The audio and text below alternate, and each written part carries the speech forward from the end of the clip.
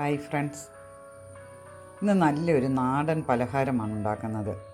പണ്ട് നമ്മുടെ ചായക്കടയിലൊക്കെ മിക്കവാറും കാണുന്ന ഒരു പലഹാരമാണിത്. മടക്ക് സാൻ എന്നൊക്കെ പറയും. ഇത് നല്ല ക്രിസ്പിയാണ് കേട്ടോ.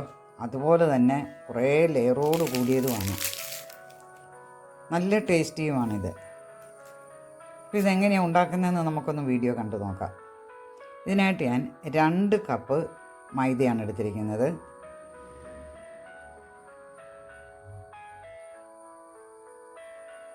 ഒരല്പം ഉപ്പിട്ട് കൊടുക്കാം.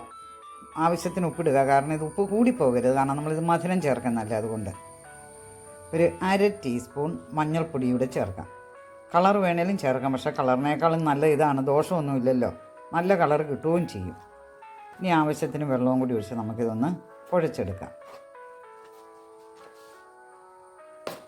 നമ്മൾ ചപ്പാത്തിക്കൊക്കെ കുഴയ്ക്കുകയല്ലേ, അതേ പാകം.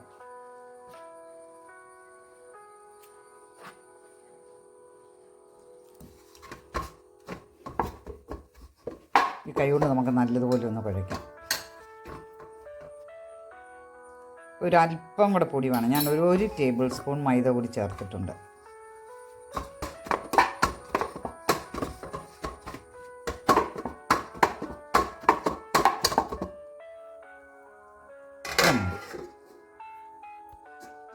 ഒരമണിക്കൂറൊന്ന് മൂടി വെക്കാം. അരമണിക്കൂർ കഴിഞ്ഞ് നമുക്കൊന്നുകൂടി മാവൊന്ന് കുഴച്ചെടുക്കാം. ഒരുപാടൊന്നും കുഴയ്ക്കണ്ട. ഇനി അതിനെ നമുക്ക് ചെറിയ ബോൾസായിട്ട് ഇതുപോലെ ഉരുട്ടിയെടുക്കാം. ഇത് 9 ബോൾസാണുള്ളത്.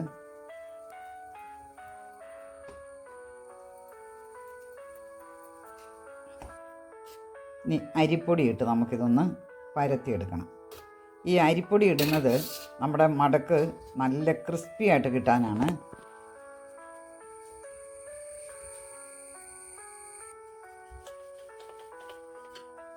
വളരെ കനം കുറച്ച് പരത്തിയെടുക്കണം.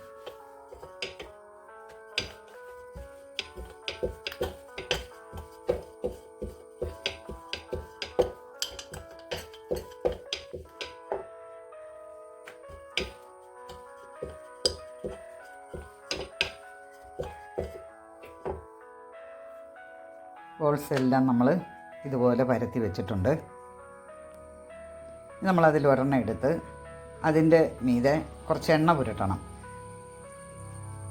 ഒരുപാട് എണ്ണയൊന്നും വേണ്ട, വളരെ കുറച്ച് എണ്ണ പറ്റിയാൽ മതി.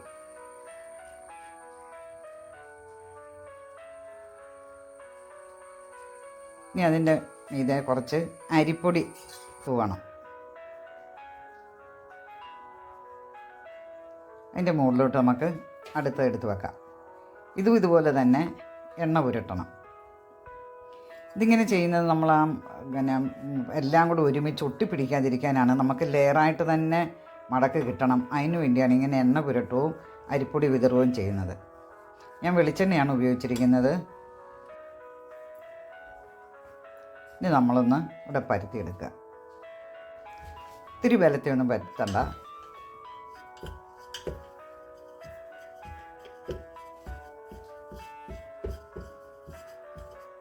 വീണ്ടും ഇതുപോലെ നമ്മൾ കനം കുറച്ച് പരത്തുമ്പോൾ നമുക്ക് ലെയറുകൾ കൂടുതൽ കിട്ടും.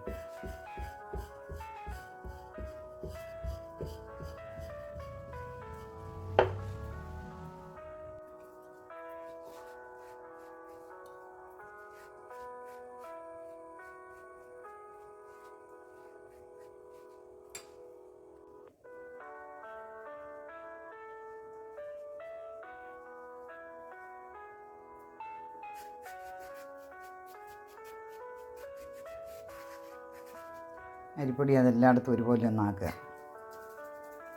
ഇനി നമുക്കതൊന്ന് മടക്കിയെടുക്കാം. ഇതുപോലെ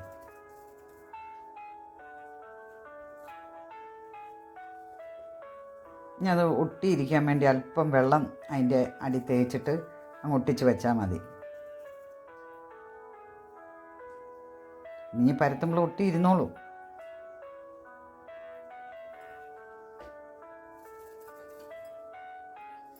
ഇനി നമുക്ക് അഗ്രം രണ്ടും ഒന്ന് മുറിച്ച് കളയണം. ഇനി ഒരേ വലിപ്പത്തിൽ നമുക്കതൊന്ന് മുറിച്ചെടുക്കാം.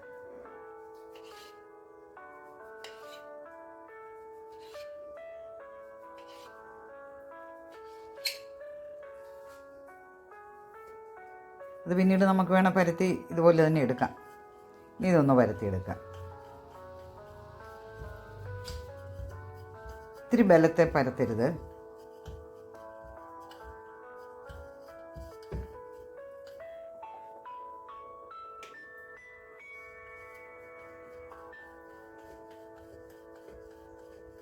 അതുപോലെ നമുക്കെല്ലാം ഒന്ന് പരത്തിയെടുക്കാം.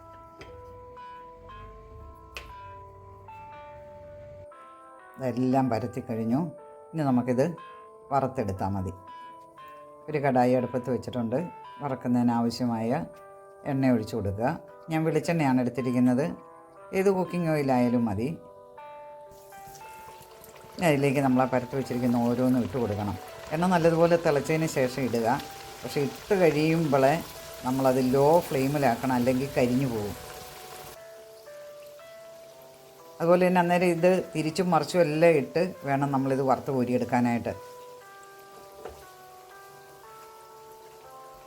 ലോ ഫ്ലെയിമിൽ തന്നെ വേണം ഇനി. ഇതാ ഇപ്പം ഇതിൽ നന്നായിട്ട് ക്രിസ്പി ആയിട്ട് മൂത്തിട്ടുണ്ട്. നമുക്കതങ്ങ് കോരിയെടുക്കാം. ഉണ്ടോ, ചെറുതായിട്ടൊരു നിറം മാറിയിട്ടുണ്ട്.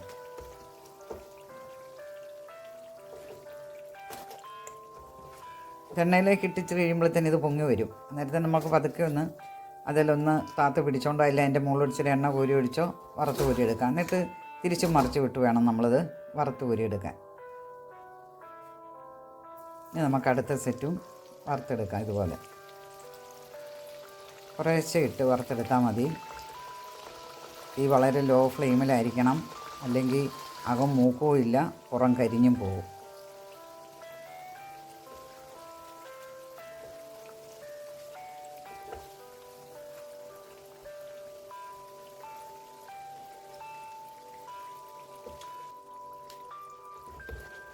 അപ്പം അതും നല്ലതുപോലെ ക്രിസ്പി ആയിട്ട് തന്നെ വറുത്തെടുത്തിട്ടുണ്ട്. ഇനി നമ്മളത് കോരി എടുക്കുമ്പോൾ ഒന്ന് ശ്രദ്ധിച്ചോണം. അത് ഇതുപോലെ ഒന്ന് ചെരിച്ച് പിടിക്കണം. ആ ലെയറിനകത്ത് എണ്ണയുണ്ടെങ്കിൽ താഴോട്ട് ഊർന്നു പോകാൻ വേണ്ടിയാണ് അങ്ങനെ പിടിക്കുന്നത്. വെറുതെ നമ്മളങ്ങ് കോരി ഇടാതെ ഇതുപോലെ ഒന്ന് ആ അരികിലേക്ക് ചേർത്ത് പിടിക്കുമ്പോൾ അതിൻ്റെ ഉള്ളിലെ എണ്ണയെല്ലാം പൊളും. ഇനി നമ്മൾ പാത്രത്തിലേക്ക് ഇട്ട് കഴിയുമ്പോൾ ഒന്ന് ചെരിച്ച് വെച്ചാൽ മതി. അപ്പം എണ്ണയുള്ളതെല്ലാം വാർന്നു പൊക്കോളും. അടുത്ത സെറ്റും റെഡിയായി.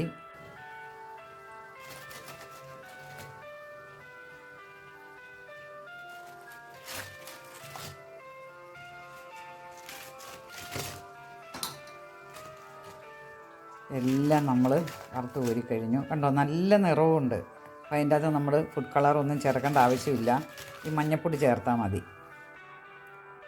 ഇനി നമുക്ക് പഞ്ചസാര പാനി തയ്യാറാക്കണം. അതിനായിട്ട് ഞാൻ ഒരു 1/4 കപ്പ് പഞ്ചസാരയാണ് എടുത്തിരിക്കുന്നത്. അതിലേക്കൊരു 1/2 കപ്പ് വെള്ളവും കൂടി ഒഴിക്കാം. ഒരു 1/2 ടീസ്പൂൺ ഏലക്ക പൊടിച്ചുകൂടെ ചേർക്കാം, ഒരു ടേസ്റ്റിന് വേണ്ടിയിട്ട്. ഒരു നൂൽ പരുവാകുമ്പോഴത്തേന് ഇത് നമുക്ക് ഓഫ് ചെയ്യാം. ഞാൻ ആ മടക്കെല്ലാം ഇതുപോലെ ഒന്ന് വെച്ചിട്ടുണ്ട്. ഇനി അതിൻ്റെ മുകളിലോട്ട് നമുക്ക് സ്പൂൺ കൊണ്ട് അപ്പം കോരി ഒഴിക്കാം. അപ്പോൾ എല്ലാത്തിലും ഒരുപോലെ പിടിക്കും. പിന്നെ ഒരു കാര്യം ഓർത്തോണം, ഈ പഞ്ചസാര ലായനി ചേർക്കുന്നത് ഇത് നല്ലതുപോലെ തണുത്തതിന് ശേഷം മാത്രമേ ചേർക്കാവുള്ളൂ. എല്ലാം നല്ലപോലെ തണുത്തതിന് ശേഷമാണ് ഞാനിത് പഞ്ചസാര ലായനി അതിൻ്റെ മുകളിൽ ഒഴിക്കുന്നത്. ഇനി എല്ലാം ഒന്ന് തിരിച്ചു വെക്കാം. മറുഭാഗത്തൂടെ ഒന്ന് ഇതുപോലെ തന്നെ പഞ്ചസാര ലായനി പുരട്ടുക. കുറച്ചൊക്കെ താഴെ പോകും.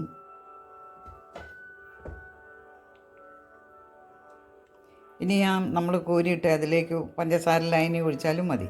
ഇനി ആ മടക്കിനകത്തൂടെ നമുക്ക് കുറേശ്ശെ ഒഴിക്കാം. അപ്പം അത് നല്ല ടേസ്റ്റി ആയിട്ടുള്ള, അതുപോലെ തന്നെ നല്ല ക്രിസ്പി ആയിട്ടുള്ള നമ്മുടെ മടക്ക് റെഡിയായി. നിങ്ങൾ ഇതുപോലെയൊന്നും ഉണ്ടാക്കി നോക്കാം.